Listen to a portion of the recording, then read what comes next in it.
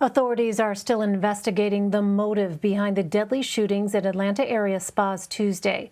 The gunman was charged in the killing of 8 people at 3 different spas. 6 of the victims were of Asian descent and 7 were women. The suspect, 21-year-old Robert Aaron Long, has been charged with murder. The Cherokee County Sheriff's Office said he claims his crimes were not racially motivated. They say he indicated that he saw the spas as a temptation that he wanted to eliminate.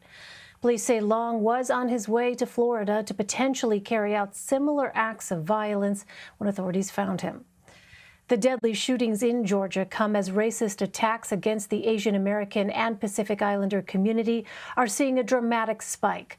The group Stop AAPI Hate says there have been nearly 3,800 reported racist attacks on the community since March of 2020, back when the coronavirus pandemic began.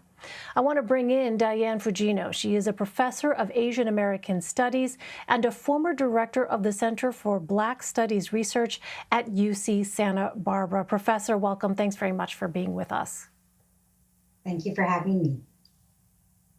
There has been a dramatic increase in reported racist incidents against Asian Americans and Pacific Islanders in the past year. But what can you tell us about the racism they've historically faced in the United States long before this pandemic?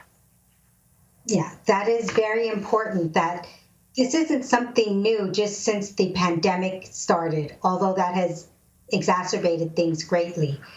We know that in 1882, the Chinese Exclusion Act is the first immigration act that specifically names and targets through racist provisions, barring Chinese. In 1875, the Congress passed the Page Law, which assumed that all 8 Chinese women were prostitutes or otherwise considered immoral, and it effectively barred Chinese women from entry. We know that during World War II, of course, Japanese Americans were mass incarcerated off the West Coast, right? In Vietnam, the U.S. military used Asian women to provide sexual services to U.S. military personnel. There's a very long history of anti-Asian racism. Well, Stop AAPI Hate found the majority of reported victims of anti-Asian hate over the past year were women. Why are women more likely to be targeted? Is that clear? Yeah, I think that we are looking at intersectional oppression of women and, being marked by patriarchy, both in Asian societies and the U.S., and racialized patriarchy. And when we saw this with Elliot Rogers here I'm in Santa Barbara in Isla Vista in 2014, where he targeted women. The first people he killed were his roommates who were Asian American. And so I think we see the intersection of racist gendered violence happening. And yes, 2/3 of the people who have reported these hate incidences have been women. Well, can you explain, Professor, what the quote-unquote model minority myth is? How has that affected perceptions of racism against Asian Americans? Yes, this is very important.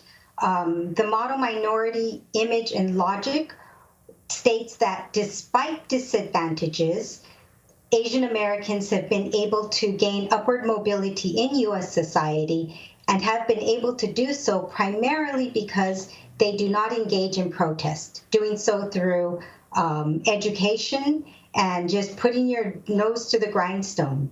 This is very problematic in that it invisibilizes problems against Asian Americans. It makes things like anti-Asian racism and anti-Asian violence invisible, and why, despite many long years of anti-Asian violence, it rarely gets covered. It also injures our relations with other communities who should be our allies, with Black communities and Indigenous and Latinx communities. And it signals that protest is not necessary. You should just go through other means. And my view as a social movement scholar is that most of the significant changes that we've gained have come through social movement protests and mobilizations. That being said, though, I wonder, Professor, in our final minute here, what institutional changes do you think need to be made to protect the AAPI community against racial harassment and violence? This is crucial. People focus on individual change, which we need to deal with.